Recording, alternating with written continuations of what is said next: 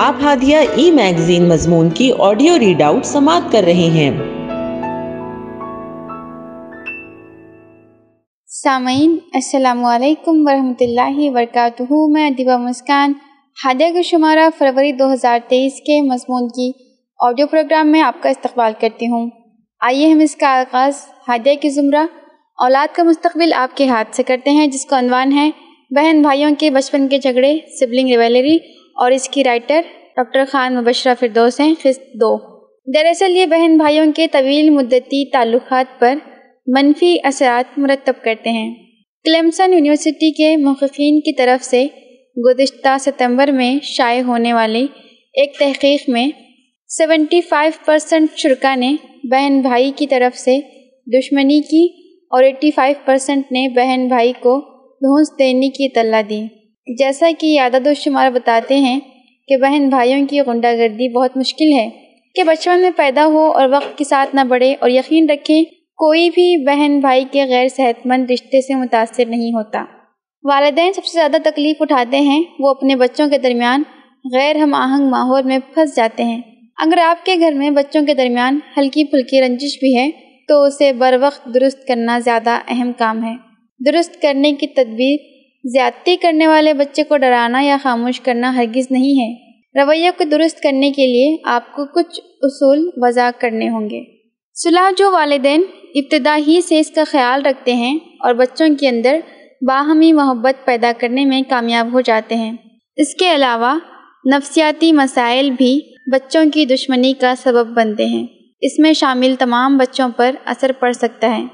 ایک تحقیق سے پتہ چلتا ہے کہ بہن بھائیوں کی جارحیت خراب دماغی سے منسلک تھی اور اس کا تعلق ڈپریشن، اضطراب اور غصے کے مسائل میں اضافے سے تھا۔ ان نفسیاتی مسائل میں اضافے کا سبب بہت سے تکلیف دہ واقعات ہو سکتے ہیں، جیسے بچوں کی تربیت کی ماہر شوبھا بھاگوت اپنی کتاب اور چلڈرن میں لکھتی ہیں کہ گھر کے دیگر افراد، رشتے، ہمسائے، اساتذہ یا دوست یا ہم جولی آپ کا تقابل آپ کے بہن بھائی سے کر کے بھی آپ کے دل میں بغض و نفرت بھر دیتے ہیں۔ وہ لکھتی ہیں کہ میرے ہمسایوں اور سگی پھوپھی نے ہی مجھے احساس دلایا تھا کہ میں دیگر بہن بھائیوں کے مقابلے میں کالی ہوں۔ اس طرح بہن بھائیوں کے درمیان کسی ایک بچے کی صلاحیت کا اظہار اور دوسرے کو نظر انداز کرنا بھی نفرت کے جذبات بھر دیتا ہے۔ بعض صورتوں میں بہن بھائیوں کی جارحیت کی دماغی صحت پر اثرات وہی ہوتے ہیں جو کسی اجنبی سے جھیلے گئے جارحانہ رویے کے ہوتے ہیں۔ بچوں کے درمیان دشمنی کو بڑھنے سے روکنے کے لیے مشاہدہ کریں کہ کیا آپ کے گھر میں ذیل میں دیے گئے سوال کا جواب ہاں میں ہے۔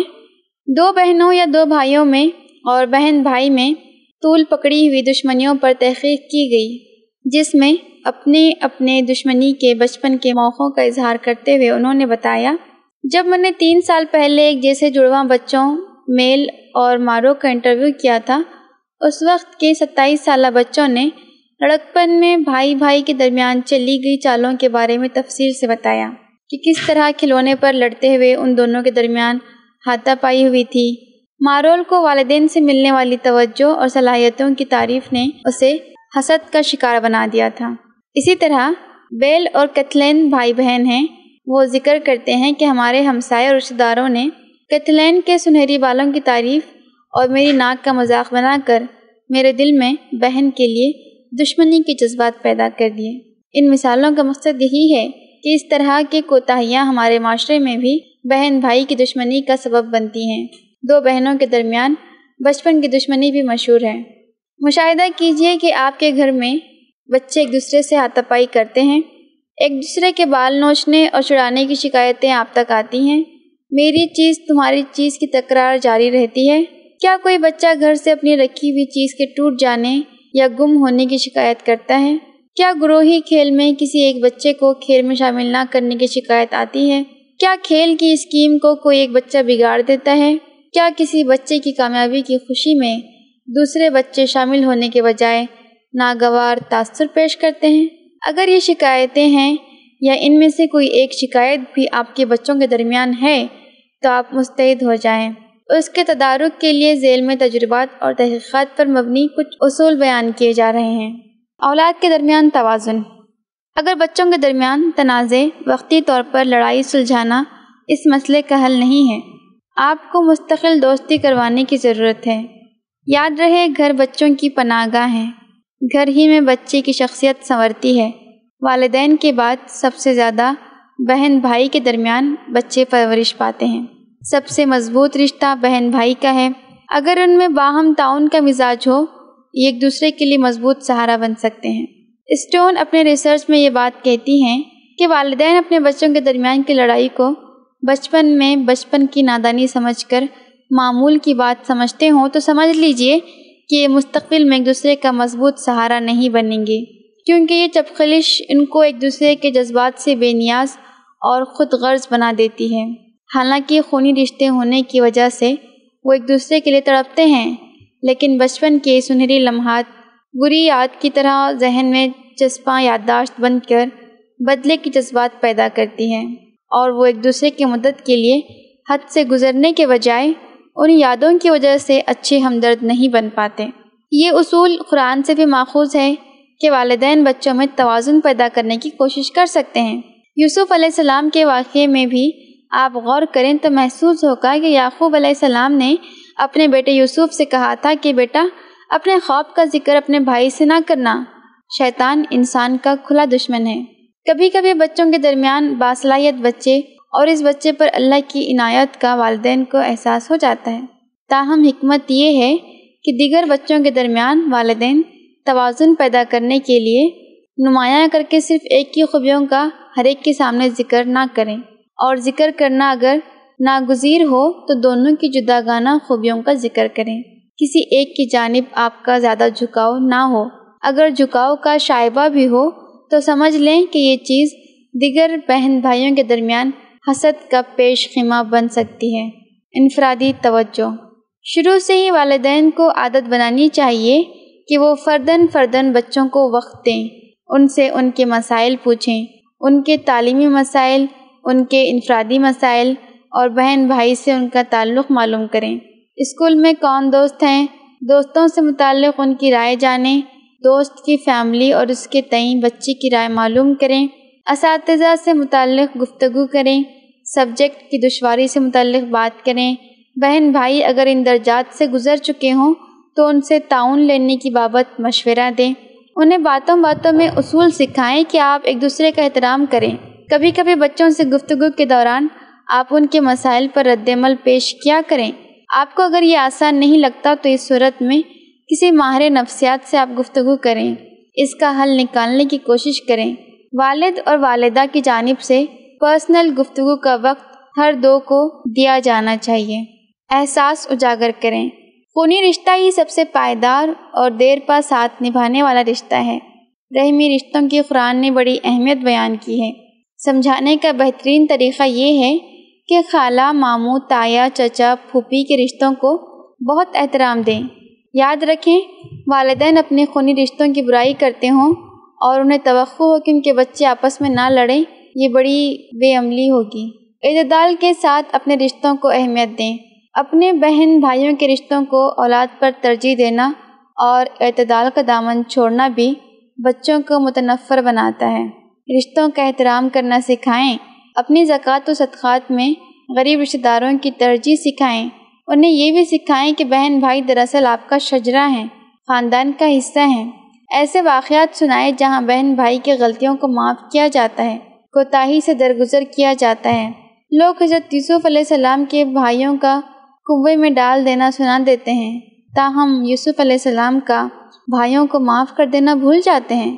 ہم بچوں میں مثبت کہانی سنا کر ان میں دوستی کا جذبہ پیدا کریں۔ بہن بھائیوں کو ایک دوسرے کا مددگار بنائیں۔ موسیٰ علیہ السلام نے اللہ سے اپنے بھائی ہارون کی رفاقت مانگی۔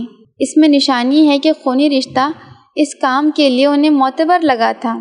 ان میں امداد باہمی پیدا کرنے کے لیے بڑے بچے سے کہیں کہ چھوٹے کا ہوم ورک کروا دو، چھوٹے سے کہیں کہ بھائی کے ساتھ کام میں ہاتھ بٹا دو۔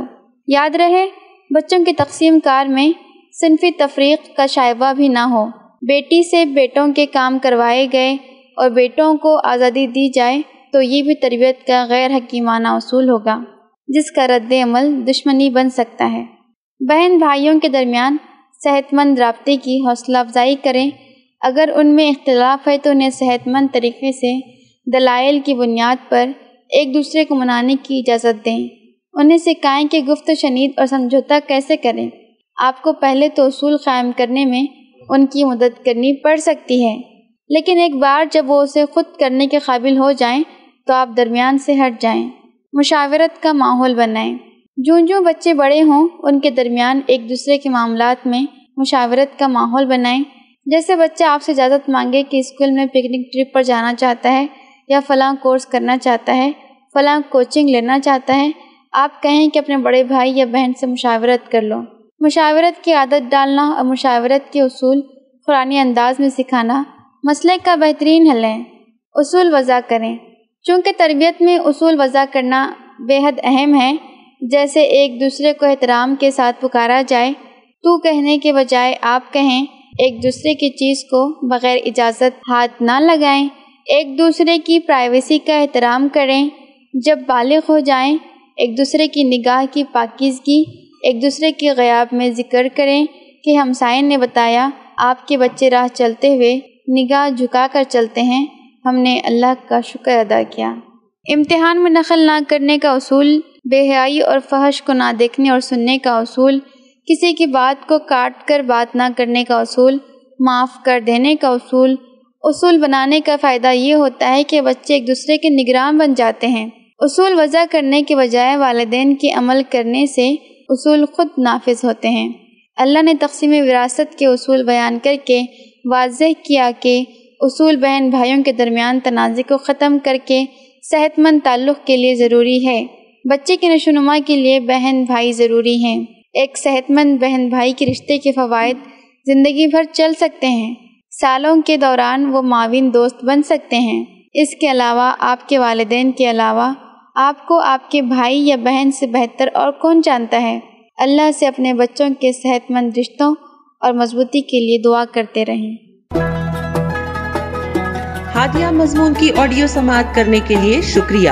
امید ہے کہ آپ کو پسند آیا ہوگا۔ ہمیں آپ کے مشورے کا انتظار رہے گا۔ اپنا مشورہ، تبصرہ اور مضامین editor@hadia.in پر ارسال کریں اور ہادیہ ای میگزین کے مضامین کو پڑھنے کے لیے ویب سائٹ www.hadia.in سبسکرائب کریں۔ انشاءاللہ ہم اگلے ہادیہ ای میگزین کے شمارے سے دلچسپ مضامین کی آڈیو لے کر حاضر ہوں گے۔ تب تک کے لیے اجازت، اللہ حافظ۔